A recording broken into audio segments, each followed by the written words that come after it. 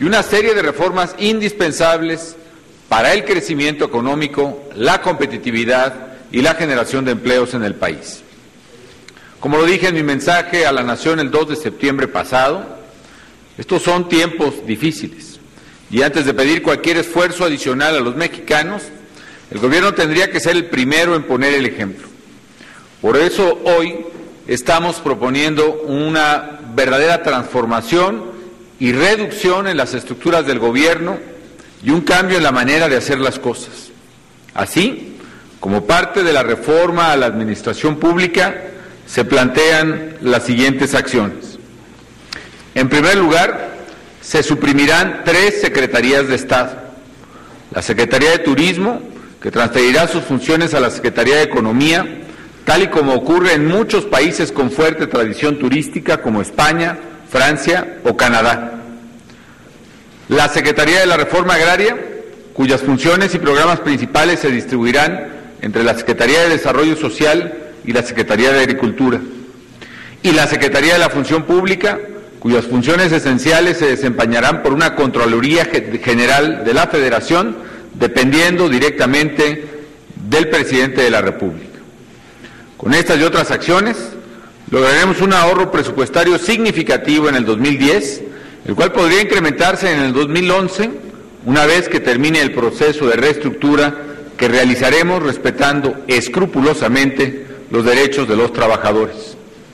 Habremos de hacer más con menos para canalizar los recursos de todos los mexicanos a atender las verdaderas prioridades de la gente. Haremos también una serie de ajustes y propuestas en dependencias y entidades del gobierno a fin de hacerlas más eficientes, fusionando algunas y transformando otras. En segundo lugar, proponemos reducir las estructuras de altos mandos del gobierno federal. Además, durante el 2010 se adoptará por 7º año consecutivo una política de congelamiento de los sueldos de los mandos superiores y de los mandos medios. Si a esto se añade la disminución del 10% en el salario de mandos superiores que decreté en diciembre de 2006 desde directores, subsecretarios, secretarios y presidente de la República, y que sigue vigente y seguirá vigente en el 2010, el poder adquisitivo de los altos servidores públicos del gobierno federal habrá ya disminuido en casi un 40% en los últimos años en términos reales.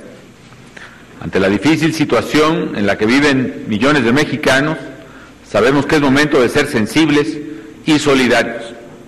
En tercer lugar, planteamos disminuir el gasto correspondiente a embajadas y representaciones de México en el extranjero, así como el gasto correspondiente a delegaciones de las Secretarías de Estado del Gobierno Federal en entidades federativas.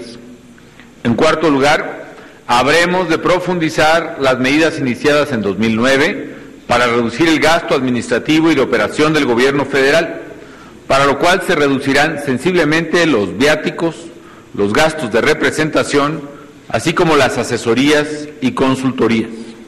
En un país con las graves carencias que tiene México, el sector público debe ser sinónimo de servicio, nunca de privilegios.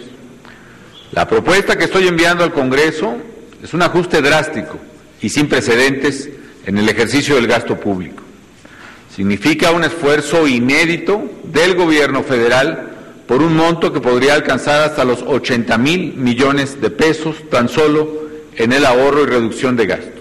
Sin embargo, esto, independientemente de que es adicional a lo que ya se ha realizado, sabemos que no es suficiente. La crisis económica, la disminución de los ingresos petroleros por la reducción de la producción de petróleo que ha tenido el país, por la baja de los precios, también por la baja en la recaudación debido a la crisis que sufrimos en 2009, hacen necesario un esfuerzo adicional para fortalecer las finanzas del Estado. Por eso estamos proponiendo una serie de cambios en materia fiscal, los cuales serán detallados por la Secretaría de Hacienda una vez que sean presentados a la consideración del honorable Poder Legislativo. Debe quedar claro que cualquier ingreso adicional que obtenga el Estado deberá destinarse a las necesidades esenciales de la gente. a pesar de las difíciles condiciones económicas que estamos viviendo, a pesar de la necesidad de ajustar el gasto público y las finanzas, no podemos claudicar en nuestra meta de combatir la pobreza extrema y de mitigar los efectos de las crisis en los más pobres.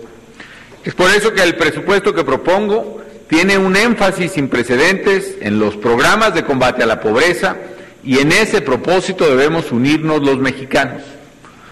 Estoy convencido que debemos todos contribuir para el combate a la pobreza, y eso es en esencia lo que estoy proponiendo en materia fiscal y en materia presupuestal.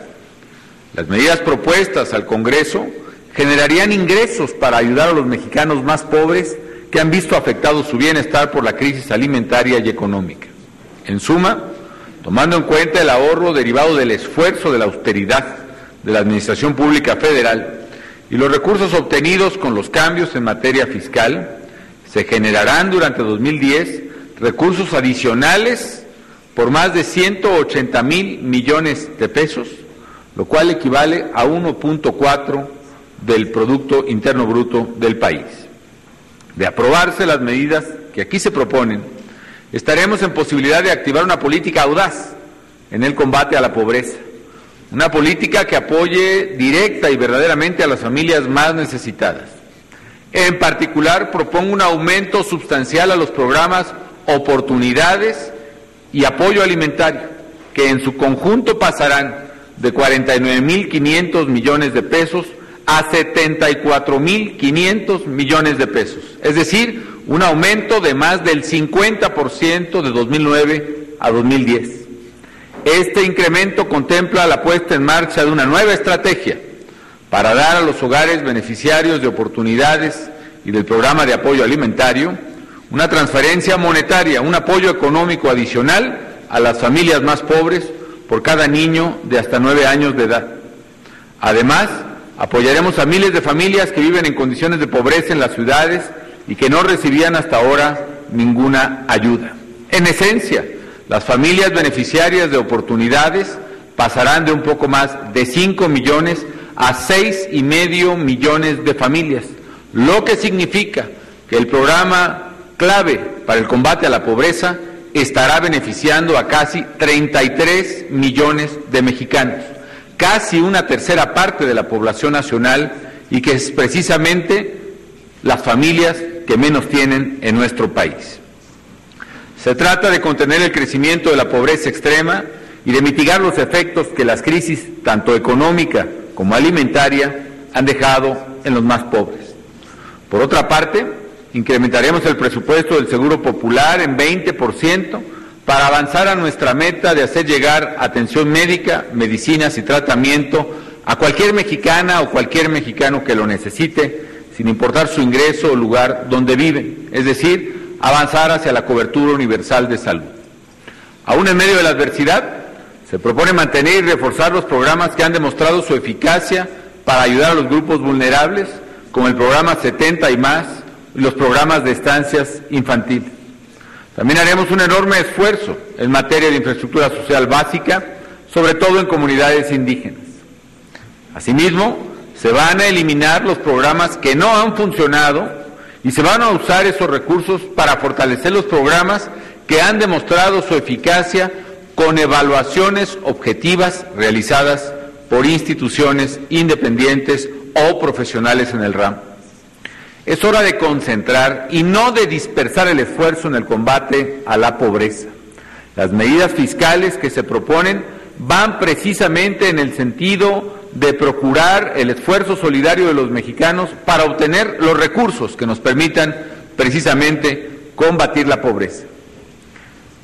Por ello, tal como me comprometí hace unos días, estoy presentando un paquete económico que, además de fortalecer el gasto social, promueve el blindaje de los recursos para evitar cualquier abuso o cualquier desvío a cualquier nivel de gobierno y por cualquier autoridad. Queremos garantizar que los apoyos del gobierno lleguen hasta las personas que lo necesitan, quienes carecen de sustento diario. Sin embargo, amigas y amigos, estas acciones por sí solas no bastan. Para que las familias puedan auténticamente salir de la pobreza, Debemos profundizar y ampliar las reformas que nuestra economía necesita. Por eso, en los criterios generales de política económica, he listado las acciones y reformas necesarias para generar más empleos y crecer más rápidamente en la economía nacional. En ese sentido, impulsaremos varias reformas de fondo. Por ejemplo, una serie de reformas en el sector financiero para preservar su solidez, fomentar una mayor competencia e impulsar el crédito al sector privado y a los hogares. Una reforma en materia laboral que incluya nuevas modalidades de contratación, promueva la productividad de la inversión, respetando siempre los derechos de los trabajadores. Una reforma al sector de telecomunicaciones que garantice y acelere la convergencia de tecnologías, la cobertura de los servicios y la competencia equitativa entre los participantes para mejorar los precios y la calidad a todos.